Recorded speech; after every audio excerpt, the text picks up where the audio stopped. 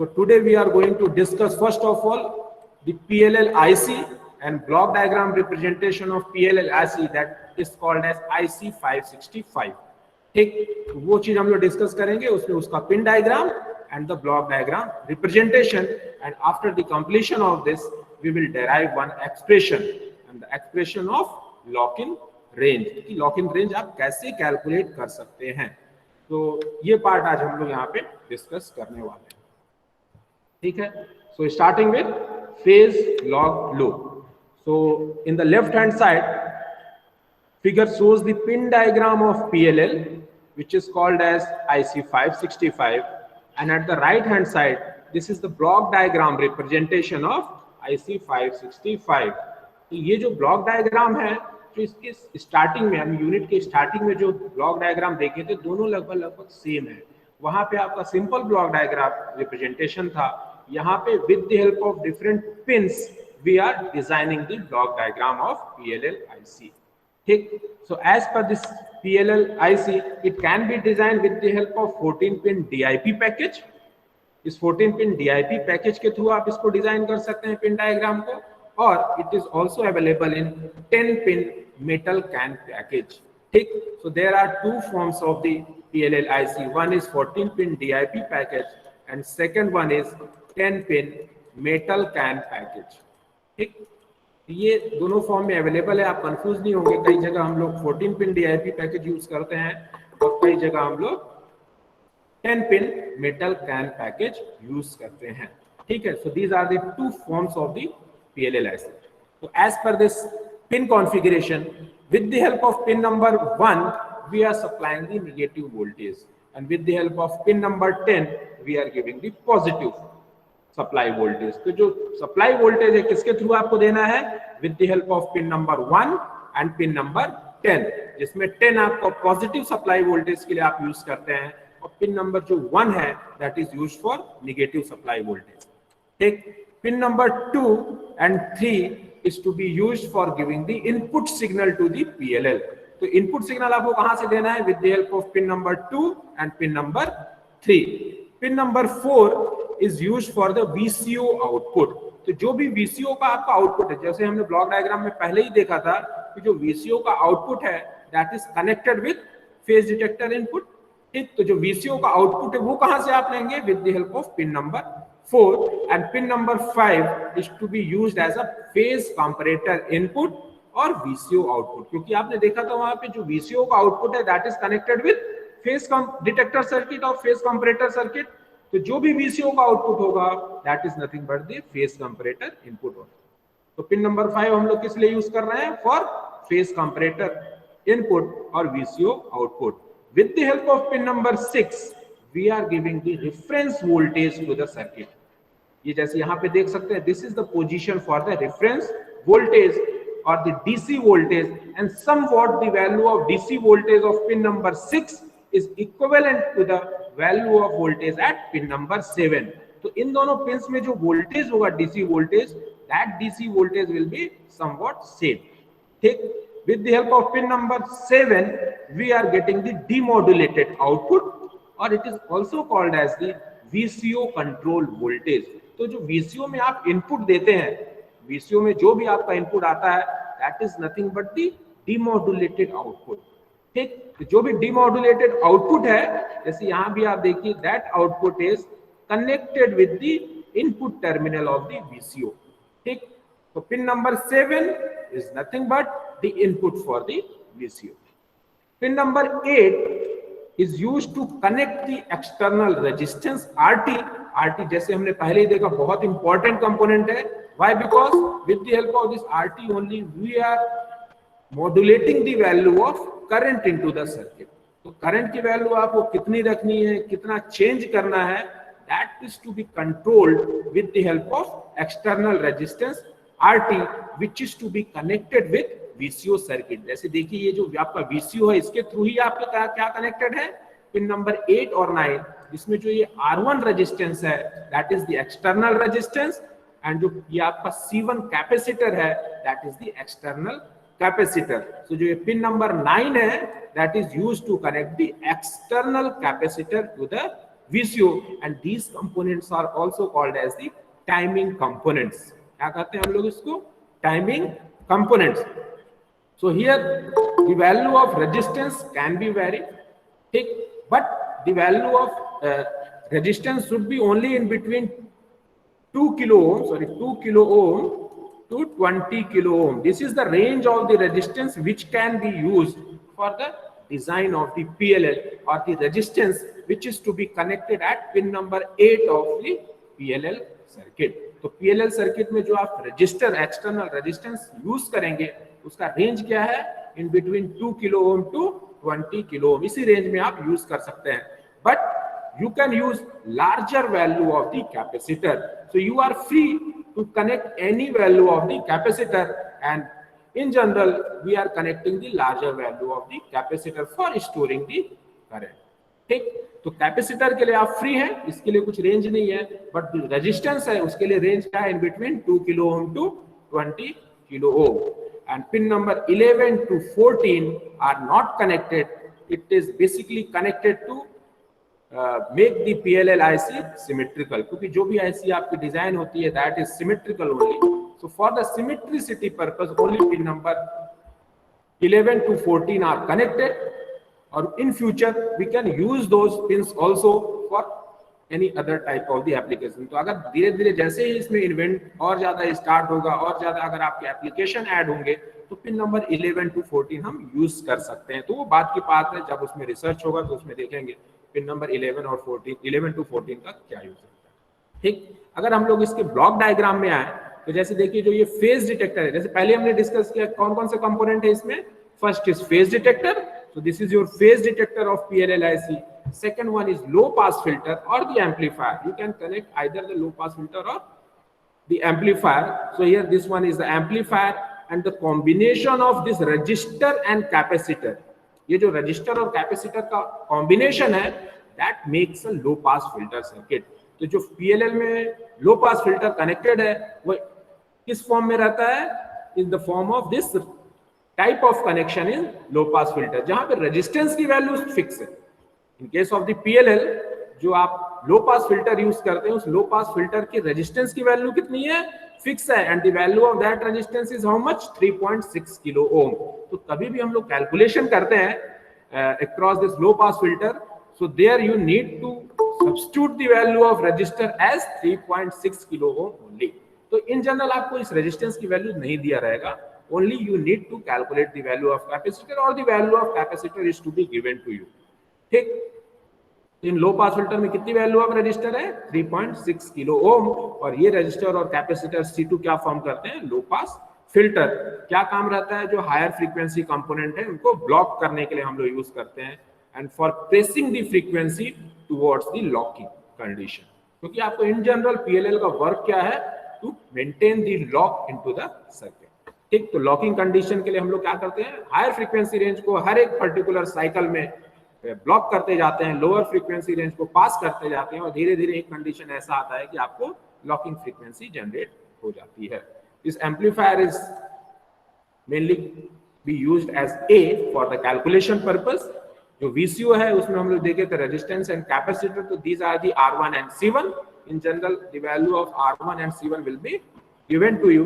अगर आपको जो इसमें कुछ मिनिमाइज करना है, इन जनरल जो मैं आपको बताया पिन नंबर 6 और पिन नंबर 7 है, उनमें जो DC वोल्टेज है दैट विल समहाउ सेम. और अगर आपको इसमें फ्रीक्वेंसी का जो वेरिएशन है उसको लो करना है, so you may either connect one small value of resistance in between pin number 6 and pin number 7. ठीक, तो आपको जो रिपल्स है उसकी वैल्यू को मिनिमाइज करना है, तो आप क्या कनेक्ट कर सकते हैं? One small resistance can be connected in between pin number 6 and pin number 7. ठीक, ये आपका पिन नंबर 4 क्या दिखा रहा है आपको? Output to the VCO. जो पहले ही देखे, जो output of the VCO either that would be triangular waveform or the square waveform, but it depends from which particular terminal you are getting the output. Pin number 4 से हम लोग यहाँ पे क्या ले रहे हैं? VCO output that is in the form of the square wave, and this is connected with pin number 5, and pin number 5 is used as a input to the phase detector circuit. So this is the pin diagram and block diagram representation of PLL. Now some important electrical characteristic of this PLL IC. So there are various electrical characteristics. First is operating frequency range. So the operating frequency range of the PLL is in between 0.001 hertz to 500 kilohertz. This is the range of the operating frequency. Operating voltage range in between plus minus 6 volt to plus minus 12 volt. So only in this particular range you can use the PLL IC. Input impedance of the PLL is typically 10 kilowatt. Output sink current is 1 milliampere. Output source current is 10 milliampere. Okay? Now the triangular wave input, जो triangular wave generate होता है, that is the with the help of VCO. तो triangular wave का जो amplitude होगा, that is typically 2.4 volt peak to peak at plus minus 6 volt. But in case of the square wave, the typical amplitude will be 5.4 volt peak to peak, and the voltage is same as plus minus 6 volt. Bandwidth adjustment range is in between plus minus 1 to plus minus 60%. Input level required for tracking. For the tracking, the value of input voltage required is what? 10 millivolt RMS to 3 volt peak to peak maximum. So this is the range for the input voltage for tracking purpose. And the drift in VCO center frequency is with temperature 300 ppm per degree centigrade, and VCO center frequency with supply voltage is 1.5 per volt maximum. So these are some electrical characteristics. So these characteristics are mainly used for design of any application with the help of PLL. So जब भी आप कोई application design करते हैं, you need to take care of these characteristics of the PLL. क्योंकि अगर कुछ भी variation होगा इन characteristics से, तो जो application का जो output आप assume कर रहे हैं कितना आना चाहिए, you are not getting that kind of the output. Okay? So for minimizing the error, you need to take care of these electrical characteristics. Okay? So this is all about the PLL IC, block diagram, and somewhat electrical characteristics. Now moving further to the derivation part. Now we are moving to the derivation part, and the first derivation is the derivation of lock-in range. कैसे हम लोग locking range calculate करते हैं, उसका actual में equation क्या होगा. तो पहले हम लोग डिस्कस कर चुके हैं. पहले मैं आपको स्टार्टिंग में ही बताया था what is the basic definition of this locking range. एक बार और देखते हैं क्या डेफिनेशन इसका. So the locking range can be defined as the range of frequency over which the PLL can maintain lock. Range of frequency over which the PLL can maintain lock with the input signal, that is called as locking range. ठीक है. So this is the basic block diagram, and based on this block diagram only we are going to derive the expression of PLL. So here we are assuming that let the phi radians is the phase difference between this input signal and VCO output voltage. जो input signal आप phase detector में दे रहे हैं और जो VCO का output है, हम एज्यूम करके चलते हैं दोनों के बीच में फेज डिफरेंस कितना है, 5 रेडियंस. फेज डिफरेंस कितना, 5 रेडियंस. और जैसे ही हम लोग पहले ही डिस्कस कर चुके हैं, phase detector in case of analog, अगर एनालॉग फेज डिटेक्टर की हम लोग बात करें तो एनालॉग फेज डिटेक्टर आप 2 टाइप से डिजाइन कर सकते हैं, आइदर द स्विच टाइप और the balance modulator type. But switch type is having some disadvantage. उसमें प्रॉब्लम क्या क्या थी, एक तो इनपुट वोल्टेज एम्पलीट्यूड पे डिपेंडेंट था आपका, और सेकंड किस पे डिपेंडेंट था, जो cos phi पे, that produce the non linearity into the circuitry. इसलिए हम लोग क्या यूज करते थे, बैलेंस मॉड्यूलेटर टाइप. ये जो एक्सप्रेशन है VE का, that is for balanced modulator type phase detector. ठीक. तो जो VE रिप्रेजेंट कर रहा है, that is the output of the phase detector, and the output of this phase detector is to be produced with the help of balanced modulator type phase detector. तो confuse नहीं होंगे आप, हम लोग पहले ही इसका एक्सप्रेशन डिराइव कर चुके हैं. तो the output voltage of the analog phase detector is given as VE is equal to K phi minus pi by 2, where K phi is what? K phi is phase angle to voltage transfer coefficient. तो K phi हम लोग पहले ही देखे थे. K phi का value क्या था, 4 IQ RL divided by pi. So that is the value of K5. K5 की वैल्यू कितनी?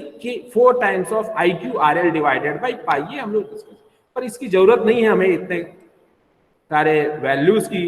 तो नॉर्मली जो हम लोग डेराइव करने वाले हैं, तो इसके लिए हम लोग क्या लेके चल रहे हैं? K5 को ही लेके चल रहे हैं। तो शुरू से लेके लास्ट तक हम लोग सिर्फ K5 पे कंसंट्रेटेड रहेंगे यहाँ पे, ठीक। So VE is equal to K5 5 minus pi by 2, where K5 is what?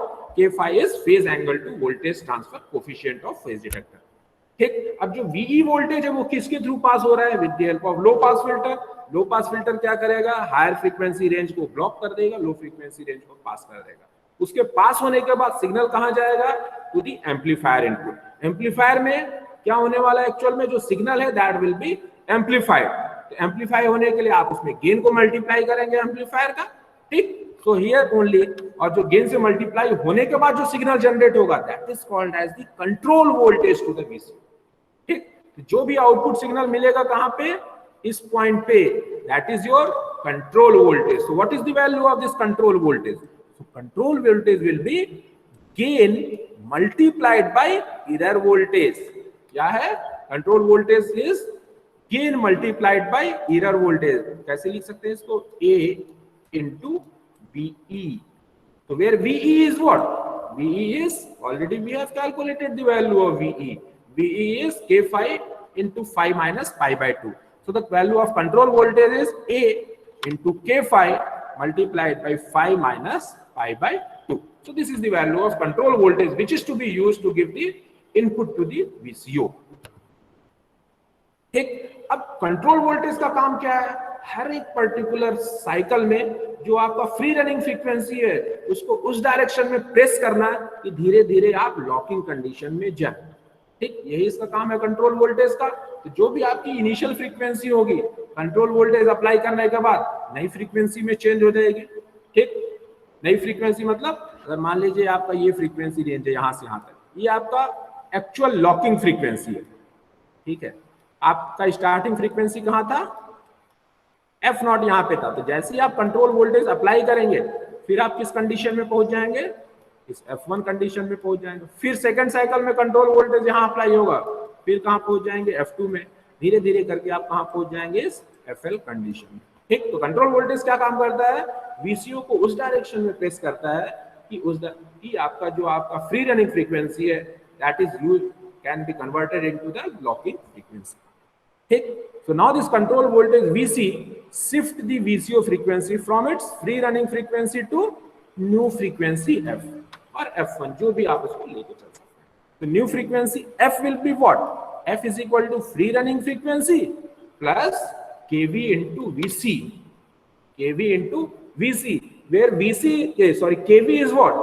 kV is voltage to frequency transfer coefficient. क्योंकि जब तक उसको आप फ्रीक्वेंसी में कन्वर्ट नहीं करेंगे फ्रीक्वेंसी का इक्वेशन कैसे जनरेट होगा, ठीक है। तो this kV is used as a voltage to frequency transfer coefficient. So new frequency F will be what? F0 plus kV into VC, ठीक है।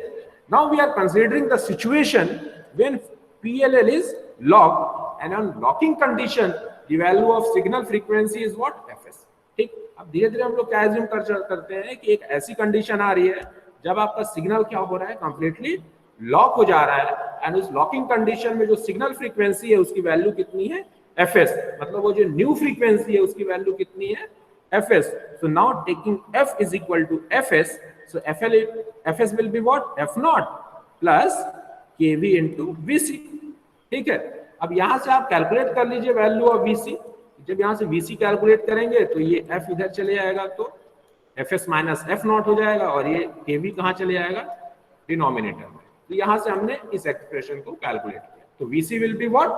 Fs minus F0 divided by kV। Fs minus F0 divided by kV। अब इस value को आप कहां रख दीजिए? फिर से इस जगह पे। तो क्या मिलेगा आपको? Vc is equal to A into K5, sorry this is K5, ये क्या है? Kf नहीं, it is K5. So A into K5 5 minus pi by 2, ये किसकी वैल्यू है? Vc की। पहले हमने देखा था ना यहाँ पे ये जो वैल्यू आई थी Vc की, इससे हमने इसको इक्वेट कर दिया।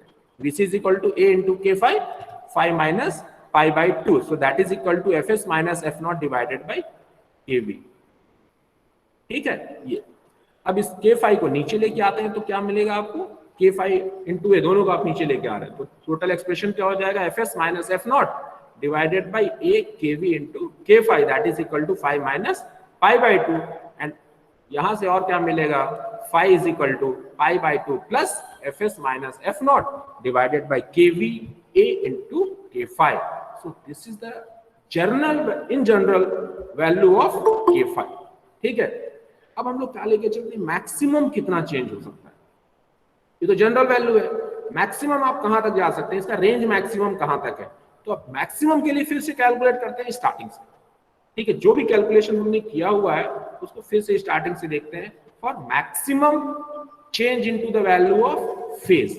ठीक, तो मैक्सिमम आपको कब मिलेगा, when the value of phi is pi और 0 रेडियंस, क्योंकि 90 डिग्री में ही आपको फेज इधर क्या है, मैक्सिमम मिलता है. हम लोग पहले ही जो आपका वेव फॉर्म था, वेव फॉर्म में हमने देखा था ना इसको, कि when the value of phi is equal to 90 degree, only on that condition the value of error voltage is maximum.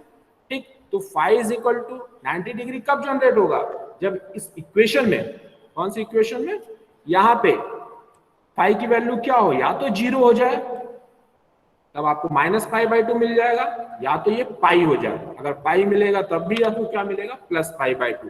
That means in each condition you are getting the value of phase as pi by 2. ठीक, so for maximum change in the value of control voltage, the value of phi should be how much, phi or 0 radians. So only on that condition you will get the maximum value of the output from the phase detector.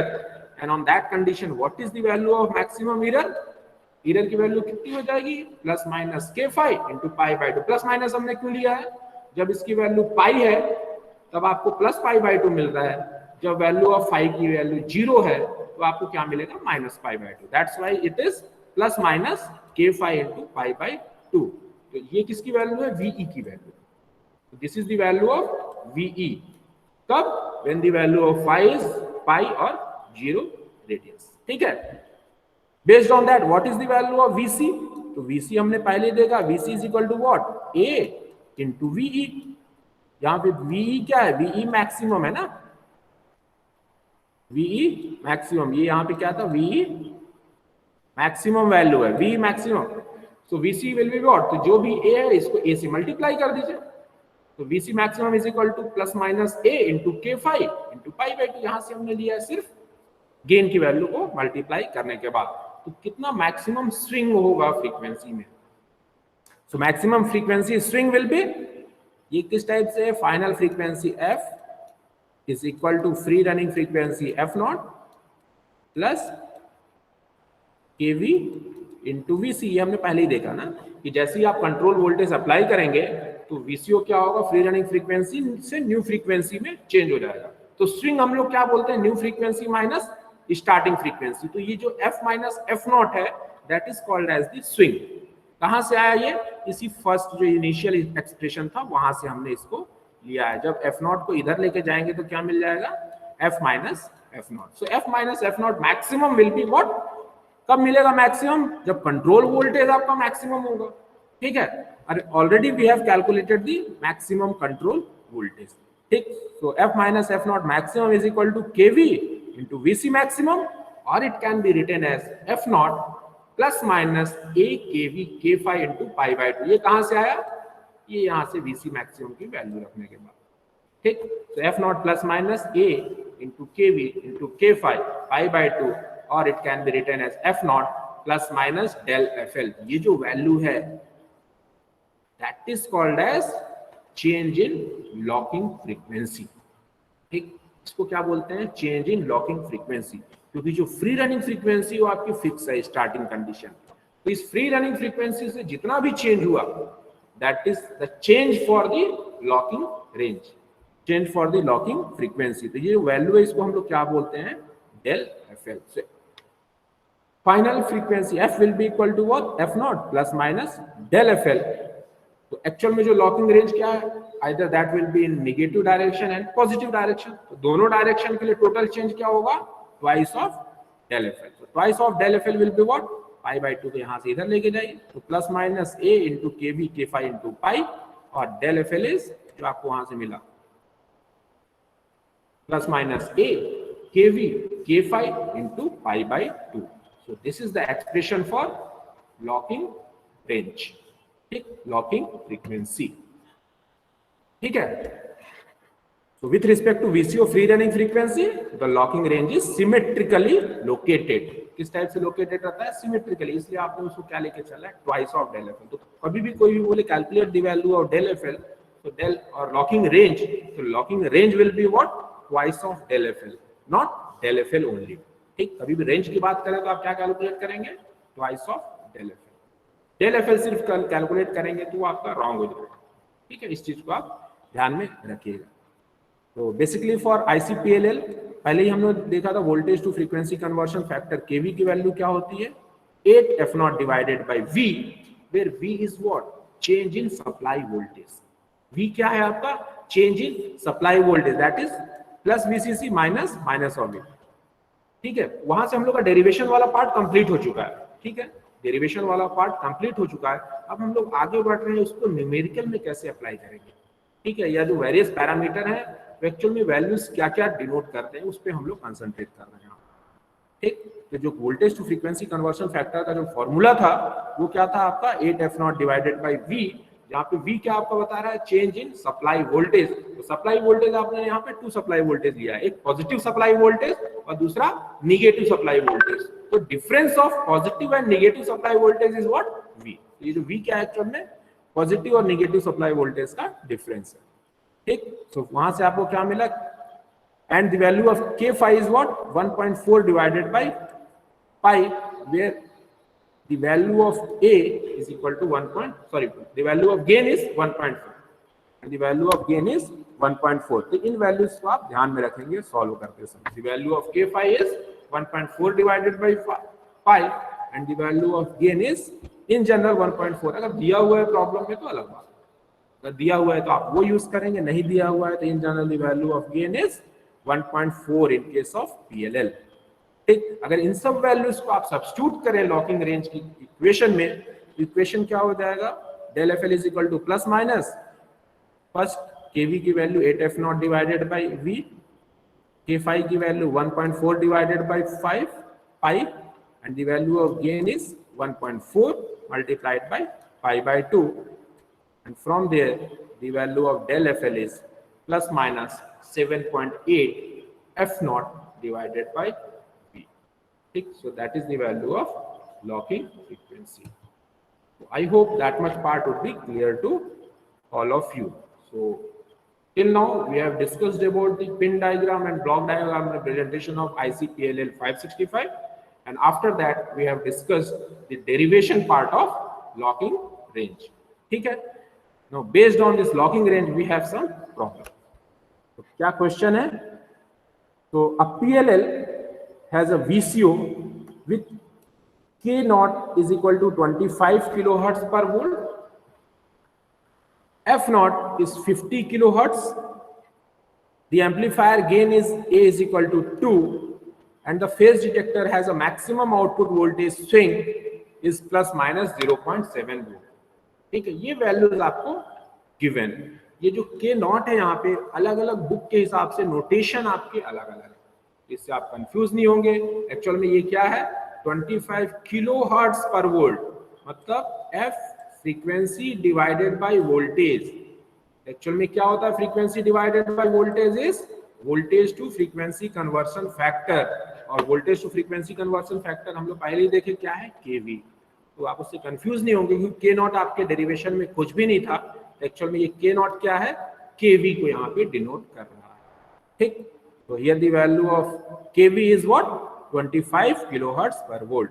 The value of free running frequency is 50 kilohertz. Gain की value आपको कितना दिया हुआ? A is equal to 2. Phase detector maximum output voltage swing is given as plus minus 0.7 volt. आपको calculate क्या करना है? Locking range of the PLL. Assume the filter gain is equal to unity. Filter का gain है क्योंकि बीच में आपका filter भी कनेक्टेड है ना after the phase detector. A low pass filter is connected and after the filter detector amplifier is connected. तो जो फिल्टर है उसका गेन आपको क्या दिया हुआ है, यूनिटी दिया हुआ है, मतलब उसको आप कंसीडर नहीं भी करेंगे तो चल जाएगा, क्योंकि 1 को किसी के साथ भी मल्टीप्लाई करें आपको जो वैल्यू है वही मिलेगी। ठीक है, तो ये आपका क्वेश्चन है। तो देखते हैं सोल्यूशन। ये बहुत इंपॉर्टेंट क्वेश्चन है, कई बार एग्जाम में आया हुआ है, तो इसको आप समझ लीजिए क्या है इसका सोल्यूशन। ठीक, तो हम लोग स्टार्ट किससे करेंगे, हमेशा फेज डिटेक्टर से स्टार्ट करेंगे। और फेज डिटेक्टर भी किस टाइप का, balance modulator type phase detector. यहाँ पे क्या दिया हुआ है, मैक्सिमम आउटपुट वोल्टेज स्विंग, मतलब बीई मैक्सिमम की वैल्यू कितनी दी हुई है यहाँ पे, तो हम लोग मैक्सिमम से ही स्टार्ट करते हैं। तो maximum output voltage of phase detector is what, plus minus k5 into pi by 2। अगर मैक्सिमम नहीं होता तो इसकी वैल्यू कितनी होती है, k5 pi minus pi by 2, 5 minus pi by 2। ठीक है, ये किसकी वैल्यू है, उसके आउटपुट की वैल्यू है वीई की, बट हम लोग मैक्सिमम की बात कर रहे हैं। मैक्सिमम कब मिलता है, when the value of phi is equal to 0 और पाई बाई 2। ठीक, तो जब 0 होगा तब आपको माइनस पाई बाई 2 मिलेगा, जब पाई होगा फाई की वैल्यू तो प्लस पाई बाई 2 मिलेगा, इसलिए यहाँ पे प्लस माइनस हमने यूज किया हुआ, जैसा हमने डिस्कस किया अभी डेरिवेशन पार्ट में। तो we maximum is plus minus k5 into pi by 2। What is the value of k5, k5 is given as 0.7, so sorry, ये value of v is equal to 0.7, क्योंकि ये आपका क्या है, वोल्टेज स्विंग है।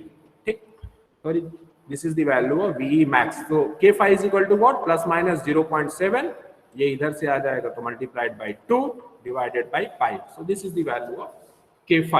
अब इसके बाद आपको क्या है, इधर वोल्टेज किससे मल्टीप्लाई होगा, विद फिल्टर की गेन से, but filter gain is equal to क्या है, यूनिटी है, तो वहां से आप पास कर देंगे इसको। फिर नेक्स्ट आपको क्या मिलेगा, एम्पलीफायर, और एम्पलीफायर क्या जनरेट करेगा, amplifier will generate the control voltage. So VE maximum will be what, gain multiplied by VE max, so gain is equal to A, so plus minus A into k5 pi by 2, और V max यहां से क्या आ जाएगा, gain की value कितनी दिया हुआ है क्वेश्चन में, a इज इक्वल टू 2, तो प्लस माइनस 2 मल्टीप्लाइड बाई, यहां से आ गया 0.7 k5 की value multiplied by pi by 2, and from there the value of vc max is plus minus 1.4 volt.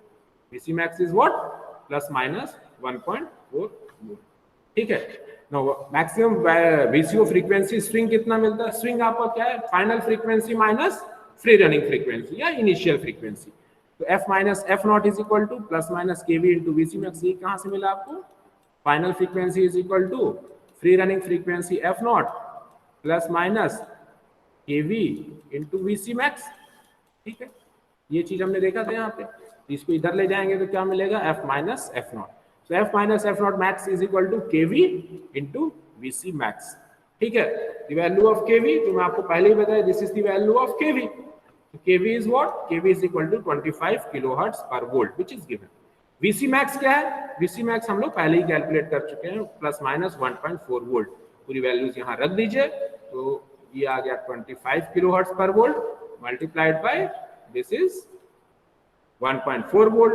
So from there f minus f naught maximum is plus minus 35 kilohertz, plus minus 35 kilohertz. So therefore maximum range of signal frequency over which the PLL can maintain lock, remain in lock condition क्या है, जो आपने derive किया था, initial frequency is what, f naught, free running frequency, plus minus locking range, change in locking range, तो plus minus del F L. F not आपको कितना दिया हुआ है, F not is given as 50, F not आपको क्या दिया हुआ है 50, so F I is equal to 50 kilohertz plus minus del F L आपको कितना आ गया, चेंज कितना आपको 35 किलोहर्ट्ज, सो 50 प्लस माइनस 35 करेंगे तो कितना मिलेगा, एक बार प्लस करिए, वन टाइम माइनस करिए, तो 15 kilohertz to 85 kilohertz, 15 kilohertz to 85 kilohertz. This is the value of input frequency. ये किसकी वैल्यू है, इनपुट फ्रीक्वेंसी की। ये क्वेश्चन में पूछा नहीं है आपसे, ठीक है, ये चीज आपसे नहीं पूछा, फिर भी हमने यहाँ पे कैलकुलेट कर लिया।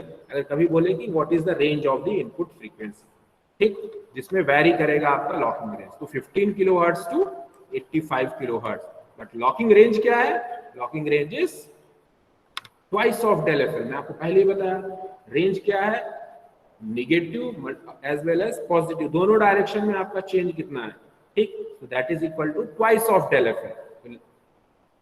रेंज क्या आपका आ गया है, ट्वाइस मल्टीप्लाइड बाय 35 किलोहर्ट्ज, तो 35 multiplied by 2 is equal to 70 kilohertz. तो this is the value of locking range of the PLL. ठीक, तो आप इसको डायरेक्टली भी कर सकते हैं अगर आपको फॉर्मूला पता हुआ है, या तो स्टेप बाय स्टेप कैसे करेंगे ये मैं आपको यहाँ पे बता दिया। ठीक है, तो कोई भी मेथड आप यूज कर सकते हैं for getting the solution of this kind of the problem. I hope that much part would be clear to all of you. So this is all about today's lecture. If anybody have any problem, you can ask me. किसी को कोई doubt है क्या? किसी को कुछ doubt है तो बता दीजिए, नहीं तो यहां से हम लोग कंप्लीट करते हैं इसको। ठीक है, ठीक है, तो यहां से आज का लेक्चर हम लोग कंप्लीट करते हैं इसको। आप लोग अपना जो अटेंडेंस है वो चैट बॉक्स में पेस्ट कर दीजिए। नेक्स्ट टाइम हम लोग कैप्चर रेंज का डेरिवेशन डिस्कस करेंगे।